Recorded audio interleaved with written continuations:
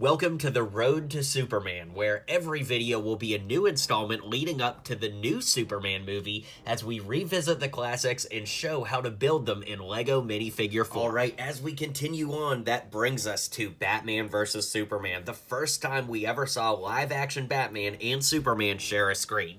Now, I know there are a lot of thoughts on this movie, but the minifigures we can make on it are super awesome, no pun intended, and I'm really excited to start breaking them all down, so let's get right to it. I'm also excited to share that I covered the song Kryptonite by Three Doors Down, and it'll be on streaming services here soon. I've put a link down below where you can pre-save the song to your libraries, and it would mean a lot to me if you took a second to go support there. I wanted to give you guys the heads up on this video exclusively, so be sure to save that and stay tuned. The song's coming out soon, and I can't wait to share it.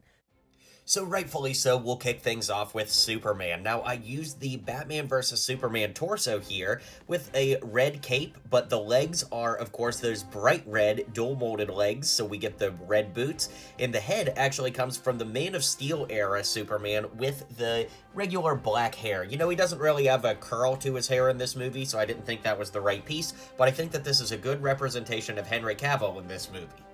Now for Batman, we actually do have some interesting options here. Of course, the one that I'm going with is the one with the printed legs, where you can see that they're black legs with print on the side, but there is also the option of the dual molded leg version, which of course gives you the black boots the whole way around, but no leg printing. So I could see people enjoying either version. I just prefer the one that has a little bit more torso detail here, and yeah, I'm curious which one you guys would use, but these are the options we have afforded to us. So a lot of people don't know that we actually got a Nightmare Batman minifigure. It came out a long time after the movie and was a LEGO store exclusive in an accessory pack. To me, not only is this one of the best Batman minifigs of all time, but there's really no updates that could be made. Dual molded legs with printing, hip printing, both arms printed, an accessory with the Joker card on the gun, a unique cowl. I mean, come on, this is literally a perfect minifig, so no updates can be made, but he should definitely be included.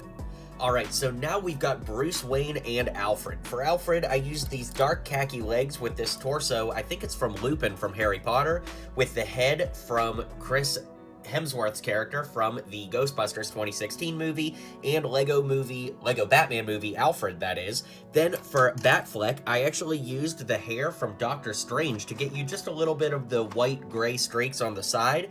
Then the head comes from Poe Dameron, the torso comes from the Friends Central Perk set.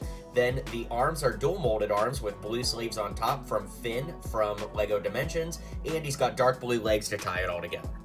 So for Superman and Lois, or should I say Clark Kent and Lois, I went ahead and used black legs with the torso from Grip Hook from the Harry Potter CMF, with white sleeves of course so that it looks like Lois has her vest on from the movie, then the head and hair from Lois from the BVS set, which was also used on Claire Dearing in Jurassic World.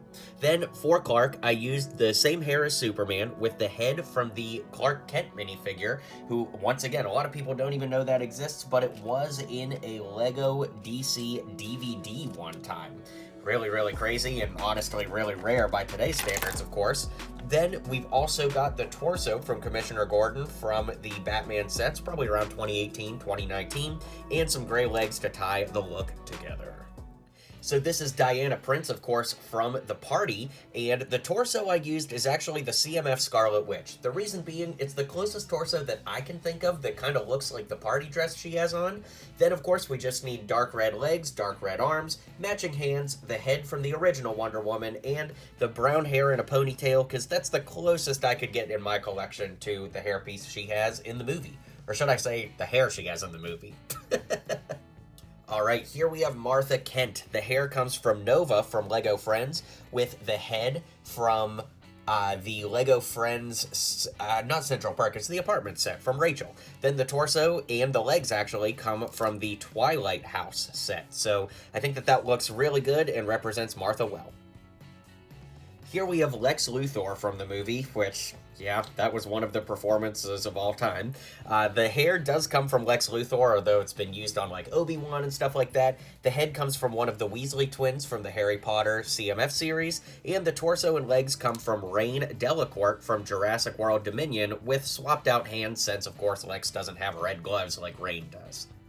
When it comes to this showcase and revisiting the figures, some of them are just so perfect that there's no upgrades even to be made, and in my opinion, that is true for the armored Batman. You've got the Batarang on the back in that cool silver color, the grapple, of course you've got that awesome head there, and the head is actually glow in the dark. I don't think you can see it under my studio lights, but the only thing I did was use this green piece here, a stud, and the little bar there, so that of course we can build the Kryptonian spear. So, you know, really cool stuff. I love the way this figure looks right out of the box, so as far as the figure goes, no updates can be made, in my opinion. This is Wonder Woman. She is from the official Batman vs. Superman set, the Sky Battle, and once again, it's one of those perfect minifigures. You've got the printing on the sides of the legs. Of course, they're not dual molded legs, but in this case, that doesn't really bother me, but really great printing on the legs, perfect torso, the bands printed on the arms, the brand new head at the time, the hair's great, and that exclusive shield with the sword. I don't know what you could possibly do to upgrade this, so we're going to leave it exactly as is,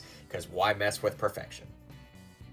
And finally, from the post-credits, we have Deathstroke. Now, the official Deathstroke minifigure is pretty rare and pretty valuable at this point, because it hasn't been in sets, well, it was only in one set years and years ago. So the torso is flipped around so that his bandolier is going the same way we see in the movie, but the head is from Deathstroke. He's got the swords that I borrowed from Deadpool, although that sword holder and the swords have come in lots of places. I gave him black arms and hands to match the movie look better, and just to add some detail to the legs, I used the 2012 Hawkeye legs. Of course, you could use anything here. That's just what I happen to have handy, and I liked it a lot, so we'll round it out with that.